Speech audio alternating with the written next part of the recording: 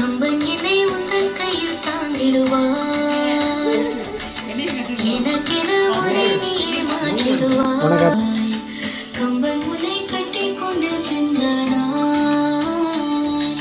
100 ஜென்மம் வாழணுமே. ஹாய் புருஷா, happy first year anniversary. உங்களை ரொம்ப ரொம்ப பிடிக்கும், நிறைய லவ் பண்றேன்.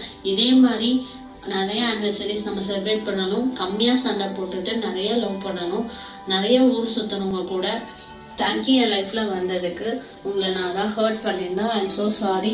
லவ் யூ சோ மச் புருஷா. செம கிரியேட்டிவிட்டி. தமிழ்ல எங்க இருந்து கண்டுபிடிச்ச நீ?